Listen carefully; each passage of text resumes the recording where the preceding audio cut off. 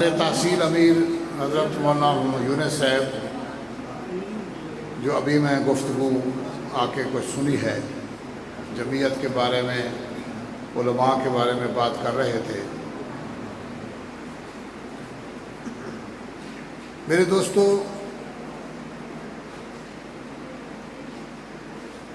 اللہ پاک قرآن پاک میں فرماتے ہیں ادخلوا فی السلم کافہ، کہ اسلام کے اندر پورے داخل ہو جاؤ۔ اور ہمارا دین اسلام جامع ہے، اس کے اندر اللہ پاک نے ہماری زندگی کے جتنے نشیب و فراز ہیں ان سب کے لیے اس میں ہدایت موجود ہے۔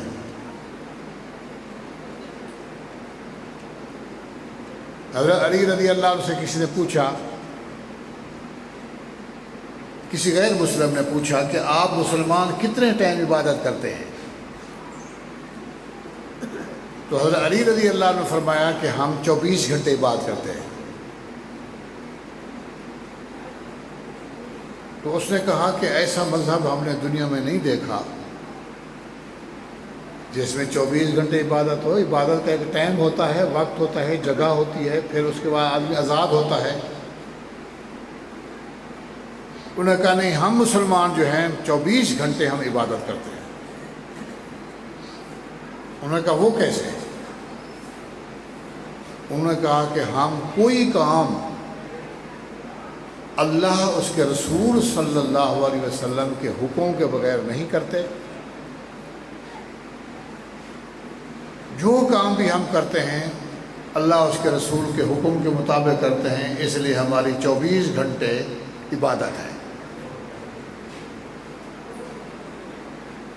ہمارے ایک شیخ تھے رحمۃ اللہ علیہ، وہ بیان کرتے تھے بسترے سے بسترے تک، بستر سے بستر تک، بڑا بہترین بیان، کہ ہم بسترے میں سوئے ہوئے ہیں اور بسترے سے ہم اٹھے، اب شام کو پھر بستر پر آئے، بستر سے لے کر بستر تک ہمارا جتنا دن گزرے گا وہ تھوڑا سا بیان تفصیل سے فرماتے تھے کہ یہ سارا بستر سے بستر تک، پھر اس میں ساری جزیات اور پھر چیزیں جو پیش آنے والے انسان کو ہیں ان کا ذکر فرماتے تھے، اور فرماتے تھے یہ ساری چیزیں ہماری کیا ہیں، دین ہیں، حتیٰ کہ انسان کو پیشاب پخانے کا تقاضا ہوتا ہے اٹھنے کے بعد، فرمایا وہ بھی اللہ اس کے رسول کے حکم کے طریقے سے کریں گے، وہ بھی دین ہوگا۔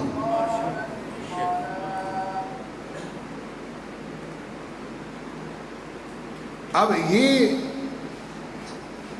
ادخلوا فی السلم کافہ، اللہ فرماتے ہیں دین میں پورے ہو جاؤ، یعنی 24 گھنٹے دین میں رہو۔ اور جو میں نے آیت پڑھی ہے والذین جاہدوا فینا لنہدینہم سبلنا، کہ جو لوگ ہمارے راستوں کے بارے میں کوشش کریں گے ہم ان کو اپنے راستوں پر لے آئیں گے، اس میں جمع کا لفظ ہے سبلنا، ہمارے راستوں کے بارے میں کوشش کریں گے ہم ان کو اپنے راستوں پہ لے آئیں گے، جس سے معلوم ہوتا ہے اس آیت کی روشنی میں کہ اللہ تعالیٰ تک پہنچنے کے راستے بہت ہیں، اللہ تعالیٰ تک پہنچنے کے راستے بہت ہیں۔ تو میرے دوستو، اب میں پوچھا نہیں کتنا ٹائم بیان کرنا ہے، میں بعض کو مختصر کروں گا، حضرت بڑے علماء بیان کریں گے۔ ہم دین کے کچھ کاموں کو تو ہم دین سمجھتے ہیں، اپنی زندگی کے کچھ جو ہمارے پہلو ہیں اس میں تو ہم دین کو دین سمجھتے ہیں، لیکن ہمارے کچھ حالات اور زندگی کے پہلو ایسے ہیں جس کے اندر ہم دین نہیں سمجھتے کہ دین کا بھی اس میں کوئی دخل ہے، یا دین کی بھی اس میں کوئی ضرورت ہے، یا دین کی بھی اس میں کوئی رہنمائی ہے۔ میری بات کو سمجھ آ رہی ہے دوستوں کو؟ اگر میں یہ عرض کر دوں کہ اللہ پاک جل جلالہ وہ ہمارا سجدہ، نمازیں، رکوع سجدہ عبادت بھی مطلوب ہے، وہ بھی ہمارے لیے، ہمیں اس کو ضرورت نہیں ہے۔ لیکن آپ یاد رکھیں کہ ہماری تخلیق جو اللہ تعالیٰ نے ہماری تخلیق جو کی تھی، انسان دنیا میں نہیں تھا،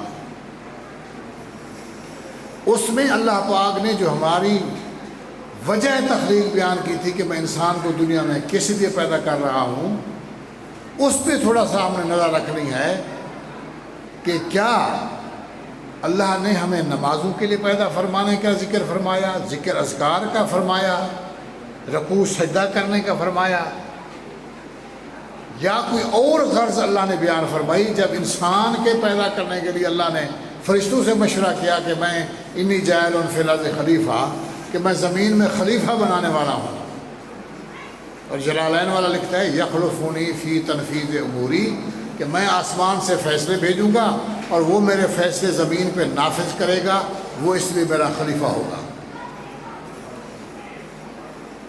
اب فرشتوں کو ذہن میں یہ بات آئی،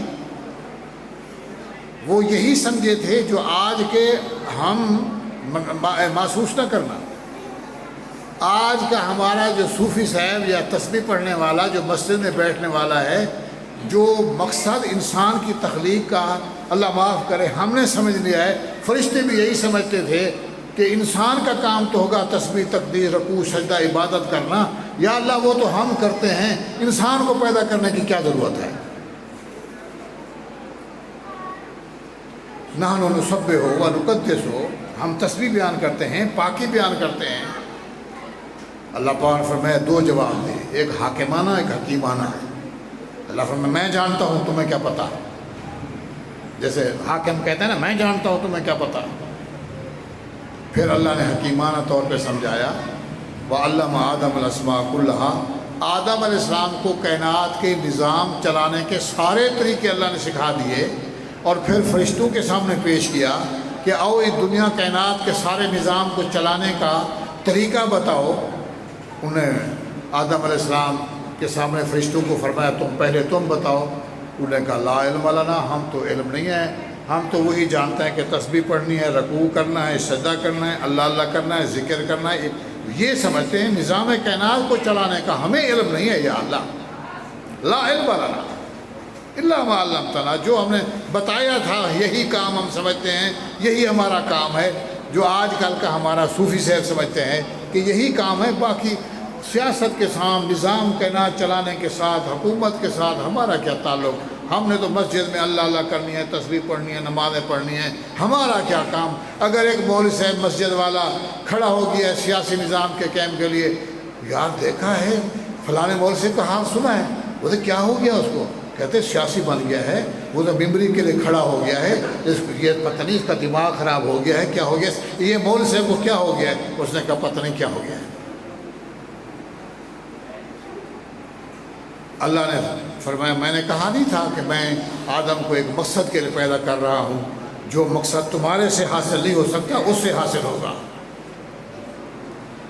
پھر کہا کہ اب مانو اس بات کو۔ اب دیکھو نا، فرشتہ انسان معصوم نہیں ہے، انسان معصوم نہیں، فرشتہ معصوم ہے، لیکن معصوم ہونے کے باوجود، گناہوں سے پاک ہونے کے باوجود، آدم خطا ہے، اس کے اندر خطا ہے، لیکن اللہ نے فرمایا کہ کام میں نے اس سے اونچا لینا ہے، یہ میرا خلیفہ فی الارض ہے، لہٰذا آؤ اس کی خلافت کی عظمت کو تسلیم کرو، سارے فرشتے اس کو سجدہ کرو، تاکہ پتہ چل جائے کہ میرا خلیفہ کون ہے، اس کا کیا کام ہے، وہ کیا کرے گا۔ یہ قرآن میں ہے نہیں ہے جو میں پڑھ رہا، قرآن میں ہے نا، یہی بات جو میں نے عرض کی ہے قرآن پاک میں ہے نا، انی جاعل فی الارض خلیفہ۔ اور فرشتوں کا سوال بھی ہے، اللہ کا جواب بھی ہے۔ تو میرے دوستو بزرگوں، یہ تو میں نے غرض بیان کی ہے انسان کی تخلیق کی۔ اگر آپ مجھ سے یہ پوچھتے ہیں کہ انسان میں تو سارے انبیاء، سب سے پہلا انسان نبی ہے، اس کی اللہ وجہ تخلیق بیان فرما رہے ہیں، اب میں یہ آپ کی خدمت میں عرض کرتا ہوں کہ اللہ نے کتابیں بھیجی اور کتابوں کی غرض بھی اللہ پاک نے بیان فرما دی. میں نے یہ کتابیں کس لیے بھیج رہا ہوں؟ انا انزلنا التوراۃ فیہ ھدی ونور یحکم بہ النبیون الذین اسلموا والاحبار والربانیون والاحبار. فرمایا میں نے تورات بھیجی کس لیے؟ تاکہ نبی، احبار، علماء، والربانیون اور اولیاء، یہ تینوں لوگ میرے اس کتاب کے ذریعے سے زمین کے اوپر نظام چلائیں گے. میں مختصر کروں. یا اللہ انجیل وَلْيَحْكُمْ أَهْلُ الْإِنجِيلِ بِمَا أَنزَلَ اللَّهُ، انجیل والوں کو چاہیے کہ میرے اتارے ہوئے کے مطابق میں نے انجیل اس لیے بھیجی ہے تاکہ وہ زمین کا نظام اس کے ذریعے سے چلائیں. یا اللہ قرآن وَأَنزَلْنَا إِلَيْكَ الْكِتَابَ لِتَحْكُمَ بَيْنَ النَّاسِ، یہ لام تعلیلیہ ہے، علت بیان کرتا ہے، غرض بیان کرتا ہے کہ ہم نے آپ کی طرف قرآن بھیجا اے میرے محبوب محمد کریم. اِنَّا أَنزَلْنَا إِلَيْكَ الْكِتَابَ لِتَحْكُمَ بَيْنَ النَّاسِ، تاکہ لوگوں کے درمیان آپ نظام حکومت اس کتاب کے ذریعے سے چلائیں.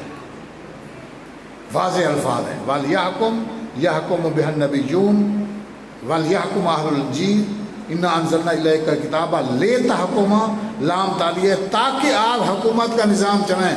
اس کتاب کے بھیجنے کی غرض یہ ہے. اچھا پھر اتنے سخت الفاظ، معاف کرنا علماء بیٹھے ہیں، اللہ پاک نے کسی جگہ پہ نہیں بیان فرمائے کہ میں نے کتاب بھیجی ہے تاکہ تم نمازیں پڑھو اور جو نہیں پڑھے گا وہ ایسا ہوگا اور تم ایسا کرو ایسا کرو. اللہ نے تینوں کتابوں کے نظام غرض بیان کرنے کے بعد اللہ فرمائے جو ایسا نہیں کرے گا وَمَن لَّمْ يَحْكُم بِمَا أَنزَلَ اللَّهُ، میرے اس کتاب کے اتارے ہوئے کے مطابق نظام حکومت نہیں چلے. آپ اور ہم یہ نہ سمجھ کے بیٹھیں کہ ہماری ذمہ داری نہیں ہے، یہ تو حکمران حکومت کی ذمہ داری ہے. کتاب آپ کی طرف بھی آئی ہے، میری طرف بھی آئی ہے، آپ نے بھی کلمہ پڑھا ہے، میں نے بھی کلمہ پڑھا ہے، آپ بھی اہل کتاب ہیں، میں بھی اہل کتاب ہوں، اہل قرآن ہوں. ہم سب کے لیے اللہ کا حکم آیا ہے. ذرا سینے کو کھول کے، دماغ کو کھول کے ہمیں سمجھنا چاہیے. وَمَن لَّمْ يَحْكُم بِمَا أَنزَلَ اللَّهُ، جو میرے اتارے ہوئے کے مطابق نظام نہیں چلاتا، اللہ فرمائے فَأُولَٰئِكَ هُمُ الْكَافِرُونَ. پھر فرمایا وَمَن لَّمْ يَحْكُم بِمَا أَنزَلَ اللَّهُ، جو میرے اتارے ہوئے کے مطابق نہیں چلتا، فَأُولَٰئِكَ هُمُ الظَّالِمُونَ. فرمایا جو میرے اتارے ہوئے کے مطابق نہیں چلتا، فَأُولَٰئِكَ هُمُ الْفَاسِقُونَ. ایک ہی رکوع میں اللہ پاک نے فرمایا اور تینوں کتابوں کو ذکر کرنے کے بعد اللہ نے فرمایا یہ ظالم بھی ہیں، یہ فاسق بھی ہیں، یہ کافر بھی ہیں. یہ ظالم بھی ہیں، فاسق بھی ہیں. وَمَن لَّمْ يَحْكُم، من جو ہے من ذوی العقول کے لیے آتا ہے، ہر عقل مند کے لیے اللہ تعالیٰ فرمائے من لم یحکم، جو میرے اس کتاب کے اتارے ہوئے کے مطابق نظام کائنات نہیں چلاتا، وہ ظالم بھی ہے، وہ فاسق بھی ہے، وہ کافر بھی ہے. اور یہ کس کو کہا گیا ہے؟ جو ایسا نہیں کرتا، جو کتاب کو مانے گا نا. جو نہیں مانے گا تو وہ تو پہلے سے کافر ہے. جو کتابوں کو مانتا ہے اس کے باوجود اس کتاب کے مطابق نظام نہیں چلاتا، یہ اس کے لیے بات ہے. جو نہیں مانتا تو وہ نہیں مانتا، وہ تو کتاب، پھر اللہ تعالیٰ اس کو فرماتے بھی نہیں ہے کہ تم چلاؤ. اب ہم اللہ کی زمین پر اللہ کا نظام، جیسے مولانا فرما رہے ہیں انی جاعل فی الارض خلیفہ، ہم خلیفے ہیں. اور اس کا غرض بھی اللہ نے واضح فرما دی کہ یہ کام ہے. اور کتابوں کے نزول کا سبب بھی، وجہ بھی، علت بھی، غرض بھی اللہ نے کیا کر دیا، بیان کر دیا. اب اللہ تعالیٰ کی زمین پر اللہ کا نظام ہم نہیں چلائیں گے اور یہی نماز، روزہ، حج، زکوٰۃ کو پر کافی سمجھیں گے، یہ اسلام کی تکمیل نہیں ہے. ادخلوا فی السلم کافہ، اسلام میں پورے کے پورے داخل ہو جاؤ. افسوس اس بات پر ہے، ایک ہے ایک آدمی ایک بات کو ضروری سمجھتا ہے، پھر اس میں اپنے قصور بھی اقرار کرتا ہے. بے نماز آدمی سے پوچھیں گے نا، یا تم نماز نہیں پڑھتے ہو، نماز تو پڑھا کرو. ہاں مولانا صرف دعا کرو بڑی غلطی ہے، میں یہ پڑھنی چاہیے، آپ دعا کریں، میں دعا کریں، میں اللہ کرے نماز پڑھوں۔ روزہ نہیں رکھتا، یار روزہ نہیں رکھا، آج کھا رہا ہے پی رہا ہے، مولانا صاحب دعا کرو میری غلطی ہے، روزہ رکھنا چاہیے مجھے، میں نہیں رکھتا، میری غلطی ہے۔ جی بھائی اسلامی نظام کے لیے کوشش نہیں کرتا، نظام اسلام کے لیے جو علماء نکلے ہوئے میدان میں تم ان کا ساتھ نہیں دیتے، کہتے یار مولویوں کو سیاست کے ساتھ کیا کام۔ حضور فرماتے ہیں ان بنی اسرائیل کان تسوسهم الانبیاء و ان امتی تسوسهم العلماء او کما قال نبی، بنی اسرائیل کے انبیاء سیاست کرتے تھے، میری امت کے علماء سیاست کریں گے۔ سیاست کا لغوی معنی ہوتا ہے، وہ کھرکھرا ہوتا تھا گھوڑے کو صاف کرنے کے لیے، لغت سے پھر اصطلاح میں بخاری شریف کے حاشیے پر سیاست کی تعریف لکھی ہے، النظام الصالح لاداء الحقوق الخالق والمخلوق، کہ اللہ تعالیٰ کی زمین پر ایسا بہترین نظام کرو جس میں اللہ تعالیٰ کے حقوق کی حفاظت بھی ہو رہی ہو اور بندوں کے حقوق کی حفاظت ہو رہی ہو، اس کے ذریعے سے، قانون کے ذریعے سے، ڈنڈے کے ذریعے سے۔ تو بہرحال میں عرض کروں آپ کو اگلی بات مختصر کرتے ہوئے، پاکستان میں اگر اس وقت آپ کی داڑھی پگڑی، شاعر اسلام، مساجد، مدارس ہمارے کھلم کھلا تقریریں، کھلم کھلا تبلیغ، کھلم کھلا تعلیم و تعلم، یہ پاکستان کے علاوہ دنیا کے کسی ملک میں آزادانہ طور پر یہ چیز حاصل نہیں، سعودی عرب میں حاصل نہیں، عراق میں حاصل نہیں، شام میں حاصل نہیں، لیبیا میں حاصل نہیں، ترکی میں کہتے ہیں کہ رجب ادگان بڑا دیندار آدمی ہے، وہاں حاصل نہیں۔ آپ کو پاکستان میں یہ ساری چیزیں کھلے طریقے سے حاصل ہیں۔ میں اللہ کے ممبر، نبی کے ممبر پہ بیٹھا ہوں، اللہ کے گھر بیٹھا ہوں، میں اس بات کو دل سے اللہ کو ذات کو سامنے رکھ کے کہہ رہا ہوں کہ یہ ہمارے علماء کی سیاسی محنت کا برکت ہے، اس کی مرہون منت ہے کہ پاکستان میں آپ کی داڑھی، آپ کی پگڑی، آپ کے مدرسے، آپ کی مسجد، آپ کے نعرہ، آپ کی تقریر، آپ کے بیان پر، آپ کے پردہ، آپ کی اذان، ان تمام چیزوں پر پابندی کے پارلیمنٹ میں بل آتے رہے۔ ہمارے علماء نے مقابلہ کیا، کوئی ایسا بل آج تک پاس نہیں ہونے دیا اور انشاءاللہ نہیں پاس ہونے دیں گے۔ حقوق نسواں بل آئے اور کیا کیا بل آئے، اور جناب عالی اس میں نیشنل ایکشن پلان کے تحت کوئی چیزیں ایسی آئیں، سپیکر بند ہو گئے، تقریریں بند ہو گئیں۔ میں قسم کھا کے اللہ کی ذات کو سامنے کہہ رہا ہوں، یہ ہمارے علماء کی محنت ہے کہ آج آزادانہ طور پر پاکستان میں آپ کے مدارس بھی کھلے ہوئے ہیں، آپ کی تبلیغ بھی کھلی ہوئی ہے، آپ کی تصنیف بھی کھلی ہوئی ہے، آپ ممبر و محراب پر بیٹھ کر کے حکمرانوں پہ تنقید بھی کرتے ہیں، ان کے خلاف بیان بھی کرتے ہیں۔ کلمہ حق حضرت حسین رضی اللہ عنہ نے جیسے یزید کے سامنے کیا تھا، آپ کلمہ حق اس وقت حکمرانوں کے سامنے بیان کر رہے ہیں۔ مصر، ساری کتابیں دیکھو مصر کے چھپے، شام ارض الانبیاء ہے، نبی انبیاء کی زمین ہے، عراق، بغداد، کوفہ، بصرہ، یہ دین کے مراکز تھے جہاں بخاری پڑھی جاتی تھی روس کے اندر، وہاں گھوڑوں کے استبل ہے۔ مصر میں داڑھی پہ پابندی ہے، کہیں اذان پہ پابندی ہے، کہیں کھلے طریقے سے آپ بات نہیں کر سکتے۔ ہمارے حرمین شریفین مرکز دین ہے، کھلے طور پر آپ بستر اٹھا کے مساجد میں گشت نہیں کر سکتے۔ اگر پھر بھی علماء کی اس محنت کو ہم تسلیم نہ کریں تو گر بروز نبین شپر چشم، چشمہ آفتاب راچے گناہ، یہ چمگادڑ جو رات کو دیکھتی ہے، اگر دن کو یہ نہیں دیکھ سکتی، سورج کا مقابلہ اپنی آنکھوں کے ساتھ سورج کو نہیں دیکھ سکتی، تو میں کہتا ہوں کہ پھر سورج کا قصور نہیں ہے، اس چمگادڑ کی اپنی آنکھوں کا قصور ہے کہ اس کو سورج کھولنے نہیں دیتا، سمجھتی نہیں، یہ ہمارا قصور ہے۔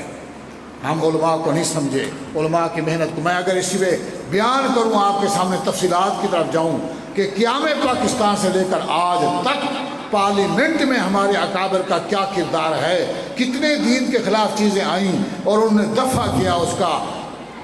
میرے خیال ٹائم تھوڑا ہوگا۔ ولولا دفع اللہ الناس بعضهم ببعض، اللہ فرماتے ہیں لوگوں سن لو، اگر یہ بعض لوگ جو تمہارے دین کے خلاف سازشیں کرتے ہیں، میں اگر دفاع نہ کروں بعض لوگوں کے ذریعے، لہدمت صوامع وبیع وصلوات ومساجد یذکر فیہا حسب اللہ، یہ تمہارے دینی مراکز، تمہاری مساجد، یہ سارے تعلیمی مراکز ڈھا دیے جائیں گے، لہدمت صوامع، یہ گرا دیے جائیں گے، لیکن ولولا دفع اللہ الناس، میں بعض لوگوں کے بعض ذریعے سے دفاع کرتا ہوں اور ان کی سازشوں کو ناکام کرتا ہوں۔ قرآن ہے، اگر میرا دفاع بعض لوگوں کے ذریعے نہ ہوتا، تمہاری یہ ساری چیزیں کیا کر دیا تھی؟ ختم کر دیا تھی۔ اس لیے آج سے ہم نے یہ نیت کرنی ہے، میں بھی نیت کروں، آپ بھی نیت کریں، ہم ان کے ساتھ ہو جائیں جو اللہ کے دین کے نافذ کرنے کی یہاں کوشش کر رہے ہیں۔ حضرت مفتی محمود صاحب کی تقریر ہم سنتے تھے بچپن میں، فرماتے تھے میری زندگی کا مقصد یہ ہے کہ پاکستان میں اسلامی نظام آ جائے، یا کوشش کرتے کرتے کرتے 3 دفعہ کہتے تھے، یا کوشش کرتے کرتے کرتے میری جان چلی جائے، میری زندگی کا مقصد یہ ہے کہ یہاں نظام اسلام آ جائے، یا کوشش کرتے کرتے میری جان چلی جائے۔ فرماتے تھے ہم محنت کے مکلف ہیں، بعض نبی ایک امتی نہیں ہوگا، بعض کے ساتھ ایک ہوگا، بعض کے 7 تک شمار کرتے تھے، لیکن سارے نبی اللہ کے ہاں کامیاب ہوں گے۔ تو بہرحال میرے دوستو، اللہ نے یہ کتاب جو بھیجی ہے، میں آپ سے پوچھتا ہوں کیا یہ قرآن صرف پڑھنے کے لیے، چومنے کے لیے ہے، دیکھنے کے لیے ہے، قسمیں اٹھانے کے لیے ہے؟ یہ نظام حیات ہے، اس میں قانون ہے جی۔ یہ ہم نے کتاب بھیجی ہے، انا انزلنا الیک الکتاب لتحکم بین الناس بما اراک اللہ ولا تکن للخائنین خصیما۔ اللہ فرمائے جو میں نے رہنمائی کی ہے اس کے ذریعے سے نظام چلاؤ، اور یہ جو خائنین ہیں ان کے یہودی کا واقعہ تھا، اس پہ یہ آیت اتری ہے۔ تو آج ہم بس میری بیان ختم ہے، ہم نیت تو کر لیں۔ نیت پہ زور لگتا ہے؟ نیت پہ زور لگتا ہے؟ تب بتاؤ، یا نیت پہ کچھ 5 من اٹھانے پڑتے ہیں؟ نہیں، نیت ہم یہ کر لیں نیت آج اس مسجد میں، یا اللہ ہم نیت کرتے ہیں، کوشش کریں گے ہر اس محنت کے ساتھ شامل ہوں گے جو محنت اس ملک کے اندر تیرے اس مبارک قانون، تیرے اس کتاب والا قانون، تیرے نبی والا قانون جو مدینے میں انہوں نے رائج کیا تھا، تیرے ابو بکر والا قانون، عمر فاروق والا قانون، عثمان علی والا قانون، انشاءاللہ ہم خلافت راشدہ والا قانون کوشش کریں گے یا اللہ، ہم انشاءاللہ کوشش کریں گے۔ اس لیے نیت تو کرنی چاہیے نا، اس کے لیے محنت بھی کرنی چاہیے نا، ان کا ساتھ نہیں دینا چاہیے۔ میں نے حدیث بھی پڑھی تھی، من لم یغزو ولم یحدث بہ نفسہ، جو جہاد نہیں کرے گا، حضور فرماتے ہیں، اور دل میں جہاد کا جذبہ بھی پیدا نہیں ہوگا، فقد مات علی شعبۃ من نفاق، جب وہ مر رہا ہوگا تو کچھ نہ کچھ نفاق کا حصہ اس کے دل کے اندر ہوگا، وہ اس منافقت کے حصے پہ مرے گا جو جہاد نہیں کرے گا۔ یہ سارے جہاد ہیں، حضرت حسین والا بھی جہاد تھا، یہ بھی جہاد ہے، تیر و تلوار کے ساتھ وہ بھی جہاد ہے۔ جہاد کا الفاظ بڑے وسیع ہے، والذین جاہدوا فینا لنہدینہم سبلنا، یہ سارے رستے ہیں اللہ تک پہنچنے کے۔ میں یہ نیت کرتا ہوں، آپ بھی نیت کریں کہ یا اللہ ہمیں اپنے اس پاکیزہ نظام کے قائم کرنے پر، جس آپ کا ایک حکم جب زمین پہ نافذ ہوتا ہے، 40 سال تک اللہ وقت پہ بارش دیتے ہیں، 40 سال تک اللہ وقت کے بغیر بارش کو نقصان والی ہو تو اس کو روک دیتے ہیں۔ جب ایک آپ کا حکم اللہ کی زمین پر نافذ ہوتا ہے، اے اللہ اس حکم کو نافذ کرنے کی ہمیں توفیق عطا فرما۔ انگریز کا بنایا ہوا قانون ہے، انگریز نے بنایا، کافر نے قانون بنایا ہے، ایک اللہ نے قانون بنا کے بھیجا ہے، ایک کافر انگریز نے قانون بنایا ہے، ہم اس انگریز کے قانون کے نیچے محکوم ہیں۔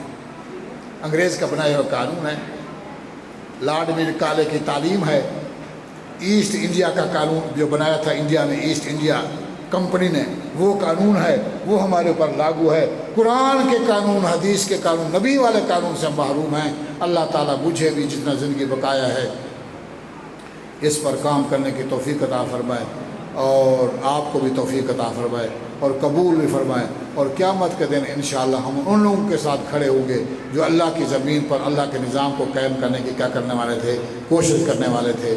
وآخر دعوانا ان الحمدللہ رب العالمین۔ مولانا صاحب ایک سوال ہے،